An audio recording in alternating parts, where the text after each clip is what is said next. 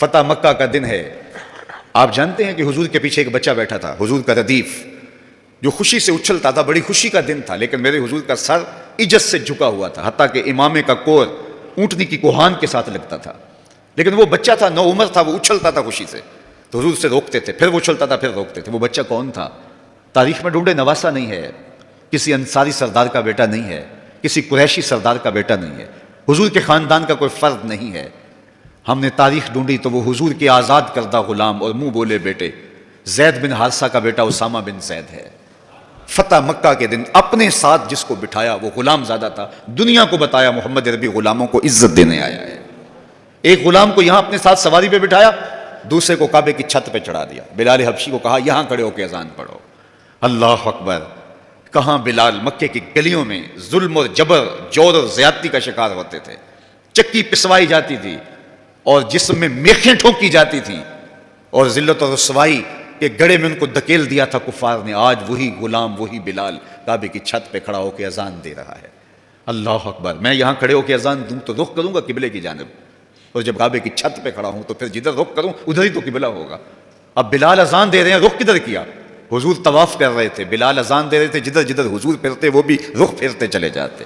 اقبال بولے اذان ازل سے تیرے عشق کا ترانہ بنی، اذان ازل سے تیرے عشق کا ترانہ بنی، نماز تو اس کی دید کا ایک بہانہ بنی، ادائے دید سراپا نیاز تھی تیری، کسی کو دیکھتے رہنا نماز تھی تیری. کیسا رنگ تھا، کیسا جمال تھا. تو وہ طبقے جن کو کوئی پوچھتا نہیں تھا ان کو عزتوں کی مسند پہ بٹھایا. غلاموں کو تو بیڑیوں میں جکڑ کے لایا جاتا تھا. انسان انسان کے اوپر حاکم بنا ہوا تھا اور انسان کی تذلیل ہوتی تھی. اور میرے حضور کعبے سے مخاطب ہو کے کہتے ہیں کہ تیری بڑی عزت ہے، لیکن فرمایا کہ مسلمان کی عزت، آبرو اور اس کا خون تیرے سے زیادہ قیمتی ہے. یہ سبق دیا، یہ درس دیا تو بھٹکی ہوئی انسانیت کو سراغ زندگی میرے حضور نے عطا کیا. تو اس لیے آج میں اور آپ اس کا شکرانہ ادا کرتے ہیں اور اللہ کے حضور لاکھ لاکھ شکر ادا کرتے ہیں کہ ہمیں اس نبی کا غلام ہونے کا شرف اور اعزاز نصیب ہوا.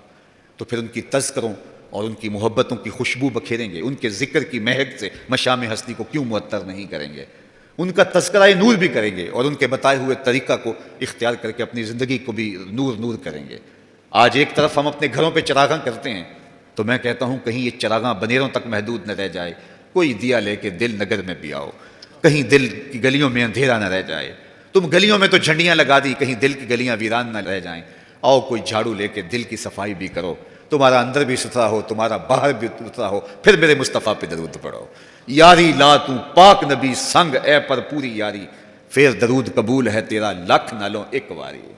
ان کا طرز زندگی روح میں جذب کر لیجئے، ان کے بتائے ہوئے طریقوں کو اپنی زندگی میں اتار لیجئے. تو ہم اگر اپنی پہچان حضور کے نام سے کرواتے ہیں اور ہماری ساری پہچان ہے ہی ان کے نام سے، تو پھر ہمارا عمل بھی اس کی گواہی دے، ہمارا رویہ بھی اس کی گواہی دے، ہمارا طرز زندگی بھی اس کی گواہی دے. آج بھی اگر اسلام کا دامن پکڑو، وَأَنْتُمُ الْأَعْلَوْنَ إِن كُنتُم مُؤْمِنِينَ، میرے رب نے وعدہ دیا ہے. کافر لگتے کیا ہیں؟ تم مومن بن کے دکھاؤ، عزتوں کا تاج تمہارے سر پہ رکھوں گا. حدود طائر سدرا حضور جانتے ہیں، حدود طائر سدرا حضور جانتے ہیں. کہاں ہے عرش معلا حضور جانتے ہیں. کہاں ہے عرش معلا حضور جانتے ہیں. انہیں خبر ہے کہیں سے، پڑھو درود ان پر.